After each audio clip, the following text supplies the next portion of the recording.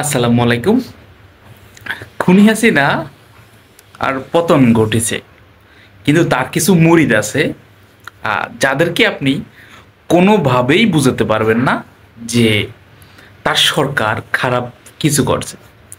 তো এই জন্য আমি উম, তাদেরকে ঘোষণা দিয়েছিলাম যে যারা আওয়ামী লীগ আওয়ামী লীগের কর্মী বা নেতা কর্মী এবং সমর্থক সহ আওয়ামী লীগ এবং আওয়ামী লীগের যেই অঙ্গ সংগঠনগুলো আছে সবাই, সবাই এদেরকে আমি মুনাফিক ঘোষণা করছিলাম। তো এরা শিরকের মতো কাজও করে।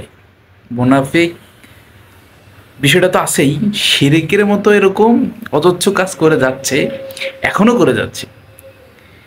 আমি এগুলো আসলে সেটা নিয়ে ভিডিও আসছে বড় আকারে। তো আজকে আসলে আপনার গ্রামে আপনার আশেপাশে পড়ে থাকা তাদের যে মুরিদরা আছে তারা কিন্তু এই কথাটা আপনাকে বলেই বেড়াবে যে বিএনপি 5 বার হচ্ছে দুর্নীতির চ্যাম্পিয়ন হয়েছে, আর শেখ হাসিনা কি এমন করছে। তাহলে শেখ হাসিনার যে হিসাবটা একটু টাইনা দিয়ে, যে শেখ হাসিনা তো এরকম এরকম উন্নয়ন করছে, তাদের মুখে কিন্তু অনেক ধরনের কথা আছে যে পদ্মা সেতু করছে, মেট্রো রেল করছে, টানেল করছে, এ ব্লা ব্লা ব্লা।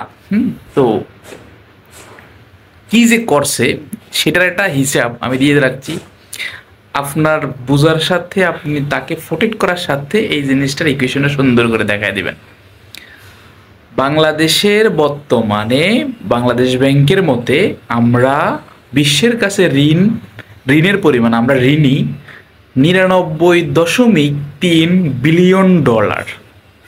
3 বিলিয়ন ডলার, এটা আপনারা টাকায় কনভার্ট করার পরে আপনাদের আসলে মানে কয়েক মিনিট লেগে যাবে এটাকে টাকা কনভার্টটা করা। আর তারপর আপনি দেখবেন যে গুগলে যে লিখবেন যে 99.3 বিলিয়ন ভার্সেস বাংলাদেশি টাকা, এটা লিখলেই গুগলে চলে আসবে, কয়েক লক্ষ কোটি টাকা আসে। আর হচ্ছে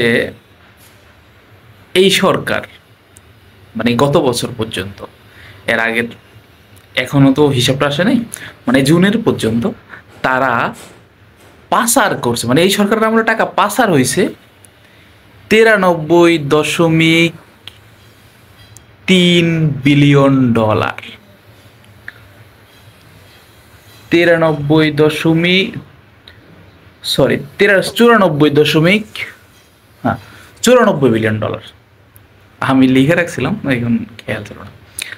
94 বিলিয়ন ডলার টাকা পাচার হয়ে গেছে।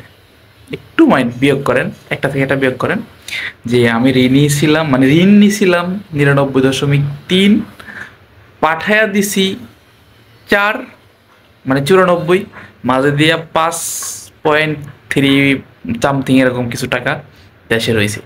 আপনি এটা যে চিন্তা করেন, এই 5.3-তে যদি বাংলাদেশে একটা পদ্মা সেতু, মেট্রো রেল, টানেল আর এলিভেটর এক্সপ্রেস, বিমানবন্দর এগুলা হতে পারে, তাহলে যদি আমি ওই টাকার হিসাব মানে টোটাল টাকাটা কাজ করা যায়, তো তাহলে এরকম কয়েক শত পদ্মা সেতু, মেট্রো রেল, টানেল করা যেত। আপনি হিসাব করে দেখেন, $100 5% ডলার, মানে 5.5% একটু বেশি, যাই ধরে নিই আমি 5.3 বা এরকম একটা পার্সেন্টেজ, মানে $100 মধ্যে $5 কাজ হইতো। $100 মধ্যে $5 কাজ, বাকি $95 বিদেশে চলে গেছে। তো এই যে ঘটনাটা, বিদেশে যাওয়ার যে বিষয়টা, এখন আমরা কিন্তু আওয়ামী লীগের অল্প কিছু মানুষ মানে কিছু হচ্ছে বাহিরে চলে গেছে, কিন্তু বাকিরা সবাই দেশে আছে। এই টাকাগুলো নিয়ে বিদেশে বেগম পাড়া আরও অনেক পাড়াটা তৈরি করতো, মানে বিদেশে গিয়ে তৈরি ওরা হচ্ছে যে টাকাটা পাচার করে বিভিন্ন কেসিনো মেসিনো খেলতো। অনেক নেতাদের এরকমও মাঝে মধ্যে উঠে ফুটেজে আসতো। এই যে আপনি এতটুক তথ্য তাকে বুঝান, আর যে যার মাথার মধ্যে বা যার জ্ঞান বা বিবেকের কাছে এই টাকাটা জন্য কোনো বাসনা আসবে না, সে কখনো মানুষ হতে পারে না। সে সে কখনো কোনো ধর্মেরও, মানে এই ধর্মের যে একটা বিষয় থাকে সেটার মধ্যেও আসতে পারে না। এত টাকা চলে যাওয়ার পরেও যদি ওই লোক আপনাকে বলে যে আমি, তারপরেও বলবো যে এই সরকার ভালো ছিল, তো তাকে আর বলার কিছু নেই। তারপরেও আমি আরো কিছু তার হচ্ছে আদ্যপান্ত আর হচ্ছে কেন তারা মুনাফিক, কেন তারা কাফের, সেই ঘটনাগুলো নিয়ে হচ্ছে এক বা বড় একটা ভিডিও আকারে একদিন আসবো। ধন্যবাদ সবাইকে।